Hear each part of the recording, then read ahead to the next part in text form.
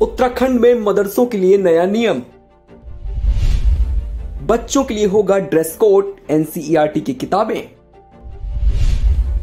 किन मदरसों के लिए है सरकार का मास्टर प्लान। उत्तराखंड के मदरसों में पढ़ाई को लेकर राज्य सरकार द्वारा कुछ बदलाव कर दिए गए हैं, जिसमें मदरसों में अब यूनिफॉर्म से लेकर उनका पाठ्यक्रम तक बदला जाएगा। जी हां, दरअसल राज्य में वक्फ बोर्ड के तहत आने वाले मदरसों यानी कि जो पंजीकृत मदरसे हैं, उनमें अगले शिक्षा सत्र यानी कि अगले साल से जब सेशन स्टार्ट होगा तब एनसीईआरटी की किताबें पाठ्यक्रम में शामिल की जाएंगी और इसी के साथ साथ वहां पढ़ने आने वाले बच्चों के लिए ड्रेस कोड लागू होगा, जैसे सामान्य स्कूलों में होता है। उत्तराखंड के वक्फ बोर्ड के चेयरमैन शादाब शम्स ने कहा कि राज्य सरकार मदरसों का कायाकल्प करने की कोशिश कर रही है।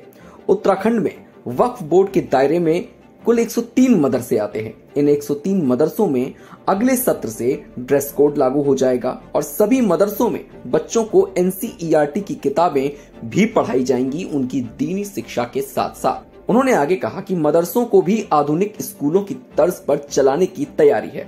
इसके लिए पहले चरण में 7 मदरसों को आधुनिक बनाया जाएगा, जिसमें 2 देहरादून, 2 उधम सिंह नगर, 2 हरिद्वार और 1 मदरसा नैनीताल का शामिल है। इसी के साथ साथ मदरसों के समय और ड्रेस कोड में भी तब्दीली की जा रही है। जी हाँ, मदरसों में पढ़ाई का जो टाइम स्लॉट है वो भी थोड़ा सा बदला जाएगा। इसको लेकर उत्तराखंड वक्फ बोर्ड के अध्यक्ष शादाब शम्स ने बताया कि हमने भी मदरसों को सामान्य स्कूलों की तरह ही सुबह 8 बजे से दोपहर 2 बजे तक चलाने की प्लानिंग की है। इस बदलाव को उत्तराखंड वक्फ बोर्ड के तहत पंजीकृत 103 मदरसों पर लागू कर दिया जाएगा। खास बात यह है कि इन मदरसों में सभी धर्मों के बच्चे शिक्षा ग्रहण कर सकेंगे। मदरसों में सुबह 6:30 बजे से सुबह 7:30 बजे तक यानी फजर की नमाज के बाद कुरान की शिक्षा दी जाएगी। इसके बाद सुबह 8 बजे से दोपहर 2 बजे तक मदरसे सामान्य स्कूलों की तरह ही चलेंगे, यानी कि उनमें वो सारी पढ़ाई करवाई जाएगी जो एक सामान्य स्कूल में बच्चे को करवाई जाती है, जिसकी मदद से वो आगे अपना करियर डिसाइड करता है। और 2 बजे पढ़ाई खत्म होने के बाद मदरसे फिर से अपने तरीके से चलने लगेंगे। इन्हें बिल्कुल इंग्लिश मीडियम स्कूल्स की तरह ही चलाया जाएगा।